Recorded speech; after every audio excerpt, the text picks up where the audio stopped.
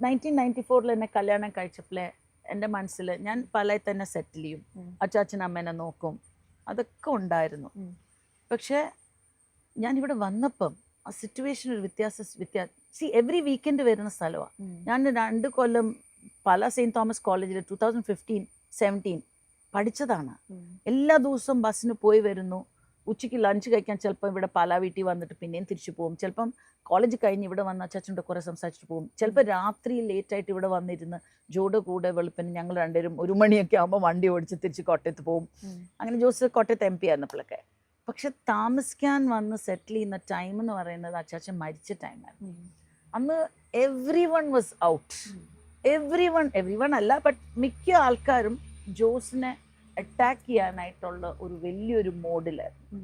എന്തൊക്കെ കഥകൾ, എനിക്ക് സങ്കടം തോന്നും. കാരണം എനിക്കറിയുന്ന ഒരാൾ ജോസിനെ എനിക്ക് ഇത്രയും വർഷമായിട്ട് അറിയാം.